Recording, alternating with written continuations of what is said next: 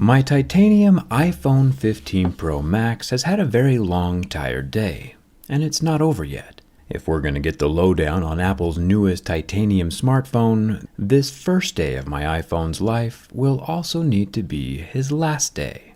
And it's only fair we give him one last sip of electrons before he goes. My channel sponsor Anker just released a brand new 10,000 mAh nano power bank with a built-in USB-C cable, capable of charging up an iPhone 15 from 0 to 50% in just 30 minutes. It can charge up 3 devices simultaneously and has a little countdown timer display with a percentage so we know just how much juice is left. Didn't know I wanted that till I saw it.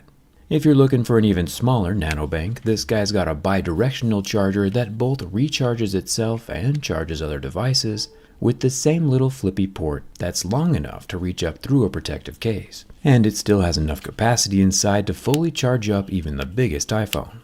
And finally, the trippiest charger of the bunch, the Anker Nano 6-in-1 charging station. Check this out. Not only does it store super flat on a desk or something so you can use the USB ports, but when you go to plug it into a normal pronged device, it rises up to meet the occasion. I almost want to take this thing apart instead of the iPhone.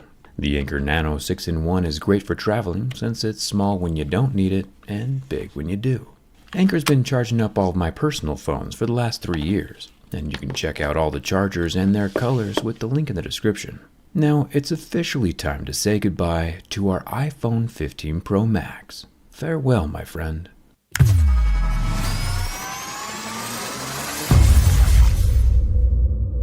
The goal of this teardown is to accomplish a few things. 1, see if we can find that unholy junction of titanium and aluminum inside the frame. And 2, I've got to see the inside of this new 5x Tetra Prism telephoto lens. With the 2 pentalobe screws removed near our new USB-C port, we are well on our way to getting answers. With some heat and a powerful suction cup and my handy-dandy jerry-rig razor knife, I can slice in between the plastic bezel of the screen and the titanium edge of the phone. Titanium is just fun to say. This removal process is much harder than it looks, by the way. First-time screen repairs are usually never successful. With the IP68 glue cutaway and the brackets lifted up and out of the frame, we get our first look inside the iPhone 15 Pro Max. It's clean, organized, and an absolute nightmare from here on out. A new cute little addition, though, is this springy foil tape stuff on top of the camera unit, loudspeaker, and Taptic engine. What is this for, you ask? I have no idea. The battery has a warning, trained technician, serviceable only, and good news for us, I took a karate class once when I was 10, so I'm definitely a trained technician. Ka-chow! Was that Lightning McQueen? To unplug the battery, we use our first of 4 different screwdriver bits, a tri-point. There's 6 screws around the large main plate. And even though the 15 Pro Max is IP68 water resistant, Apple still stuck a little water damage indicator sticker in here next to the circuit boards, which will tattle on you if liquid ever gets inside. Apple doesn't trust nobody. The red bleeds through the sticker to make it pink when it gets wet. The battery plug is a convenient positive and negative icon on the Lego style ribbon connector, and then we can pop off the 2 screen ribbons. Not too shabby. With the very thin screen taken off and set to the side, we can use a plastic pry tool to pop off 11 more Lego-style ribbon connectors from the motherboard. There are 3 standoff screws and a 4th tucked way up under the loudspeaker in the left corner, which is held in place by a few screws of its own. The upper loudspeaker doesn't have any foam balls inside, but that's okay. Now here's where things start to get interesting. There appears to be a ribbon leading over to the 5G antenna that's soldered to the back of the motherboard. Not super normal. And peeling it off the motherboard reveals that I was most definitely not supposed to peel it off the motherboard. There is a secondary ribbon that's probably for the rear wireless charger and stuff. We'll find out more when we take off the back glass.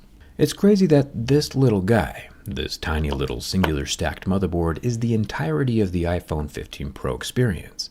Every blue bubble, every message, every like, heart, thumbs up, emoji, smiley face, GIF, picture taken, and video watched all happen right here, inside a space no bigger than a human thumb. Apple says that 100% of the copper and tin used in this motherboard has been recycled, which is pretty cool. The 12 megapixel front-facing camera and sensor array come out next without any qualms. No OIS yet. The absolutely massive triple camera setup comes out next, These units probably take up more real estate than the entire motherboard. Apple says all the gold inside of these units has also been previously recycled. We have a 48 megapixel main camera at the bottom, then the ultra cool 5x tetra prism camera in the middle, with the 12 megapixel wide angle camera up top. The side two units are the ones that do the spatial video thing for the goggle thing. I'm pumped to take apart the tetra prism later. Whoever came up with that name needs a raise. Sounds kinda like an old school Street Fighter move. Tetra prism. With a bunch more screws taken out of the bottom of the phone, we get access to the Taptic engine, also using recycled tungsten, and our lower loudspeaker with its waterproofing mesh over the opening. No visible balls on this speaker either, so that might just be an Android thing. Or Apple will invent it in a couple years. Check this out though, a bright neon orange gasket for the loudspeaker opening. Orange is the coolest. If this ain't a sign from Tim Cook to go buy an orange jerry-rig knife, then I don't know what it is. Thanks, Tim. Now, another significant upgrade this year is the USB-C port. But just like with every iPhone released in the last decade, there are 17 trillion different size screws holding it in place. So many, in fact, that we're just not going to deal with it right now, and I'll deal with it after we get the back glass and battery off. The back glass I assumed would normally come off in one piece. However, mine shattered during the durability test and now wants to come off in lots of pieces. I also committed an ultimate blunder and accidentally had my camera off for most of the removal process. But don't worry, I saved the good bits for you. Like this wireless charging pad, which is also made from 100% recycled copper. And surprisingly, the little magnets that surround the outside are also 100% recycled. I have no idea how magnets get recycled, nor do I understand how magnets even work in the first place. If my back glass was in one piece, it probably would have been a whole lot easier to remove. The metal frame below the glass does appear to have a silver gleam of aluminum, and not the tannish hue of titanium. I think we're getting close to finding out where the aluminum stops and the titanium starts. Looks like the large L-shaped battery does have magic pull tabs holding it in place, but I also have a full circle of access from the back that I can use to push it out and away from the frame. Apple's pull tabs are great and all, but they also scrunch them down so tiny next to the battery, making it pretty hard to grip them and use them. The Apple 15 Pro Max has a 4,441 milliamp hour battery that's made with 100% recycled cobalt. I feel that's actually like a really big deal that nobody's talking about. I can remove a few more screws that are holding the 5G antenna to the frame of the phone. It looks like this is indeed what was soldered to the back of the motherboard. Super strange. I wonder if a Lego-style ribbon connector on a cable this long just doesn't have the bandwidth needed to handle 5G. The whole phone design is kind of whack. It's like someone's friend owns a tiny screw factory and Apple is single-handedly trying to keep them in business. With another 5 trillion screws removed from the charging port antenna, we can pull the USB-C 3.0 up and out of the phone. From C to shining USB-C, the world has finally come together for one gloriously symmetrical oval data port. Now, when a phone gets anodized or PVD coated, this coating happens to the metal all at once. So when I see shiny bare metal inside of the phone, I know it's aluminum and a completely separate piece from our blue titanium that's on the outside. You can peek around the inner edge and see the blue titanium everywhere around the border, even a little window through the aluminum into the titanium. Apple says they bond the aluminum chassis architecture to the titanium with solid-state diffusion, an industry first, using a thermomechanical process that joins the metals with incredibly high strength. Personally, I think that extravagantly vague corporate speak means that Apple used an epoxy or thermoset of some kind to permanently fuse the inner aluminum with the outer titanium. Either way though, a very solid permanent bond has been formed, unless you have an angle grinder, which I do.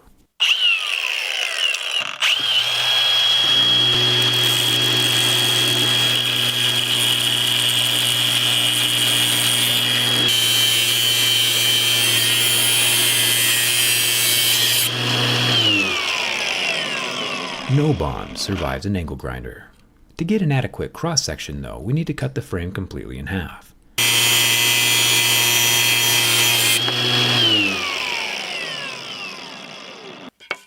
I'm starting to think this phone isn't going to be put back together again. If we look really closely at the cross-section of the iPhone 15 Pro Max frame, we can see the two different shades of metals, the silver aluminum on the inside and the goldish hue of titanium on the outside. The thickness of titanium equates to exactly 1 millimeter, which by my estimate, based on the single sheet of grade 5 from our previous durability test video, is that there's about $30 worth of grade 5 titanium by weight in each of the iPhone 15 Pro Maxes. It's definitely not a full titanium frame, of course, more of a titanium adornment, but I by no means want to downplay the extreme skill and expertise it takes to work with titanium in the first place. It is not an easy thing to do, and the frame of this phone is still just as exquisite as every intern-generated buzzword at the event said it would be. 10 thumbs up to Apple for doing something new.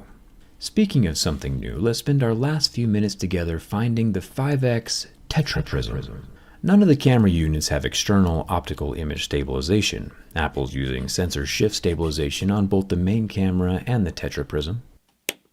I don't care about the other cameras though, I mostly just want to see how this 120mm focal length equivalent gets its light rays reflected 4 times inside a glass structure. The cameras are all situated in one solid metal housing, so they can transition seamlessly between themselves without one of them being squampus. With the back metal broken off and the camera torn into, we get our first look at the 3D sensor shift module. The camera sensor itself does the shifting just below the lens. The itty-bitty copper coils on either side create energy fields to attract or repulse the center floating unit 10,000 times per second, in true Street Fighter fashion. With the sensor removed, we can check out the lens and tetraprism that are still in the housing. As my orange jerry-rig knife, the one that Tim Cook likes, passes over the lens, we see it appear in the far side of the tetraprism, which isn't aligned with the front of the camera lens. Kinda cool. And the same thing works in reverse. Prisms are nifty. Let's go deeper. The lens and the prism should be 2 separate units. Although still very much solidly connected in the same block of plastic, it's rather difficult to get them separated. But finally, we have the round circular lens and the rectangular tetraprism in 2 separate pieces. The prism acts as a long telephoto lens in a pretty similar way that the periscope camera works inside of a Samsung phone. The coolest part of this iPhone 15 Pro Max, though, is still the titanium. Its natural hue is so fine. I'm going to take this frame to an X-ray fluorescence lab to get a final verdict on what grade of titanium it is. It might take me a few days to find out, though. And speaking of natural titanium, I had a lot of people asking how the natural colored iPhone holds up to scratches. The natural titanium does look phenomenal with my teardown skin on the back. The brush finish is super clean, but like any metal, it can be scratched and scuffs do appear. It'll probably just be ever so slightly less noticeable than the colored version since the PVD coating isn't accentuating the scuff. The titanium body is still something worth keeping protected. Buying a protective case, and of course the ultra-portable Anker Nano charger, are always good ideas. Links are down in the description. Thanks, Tom, for watching. I'll see you around.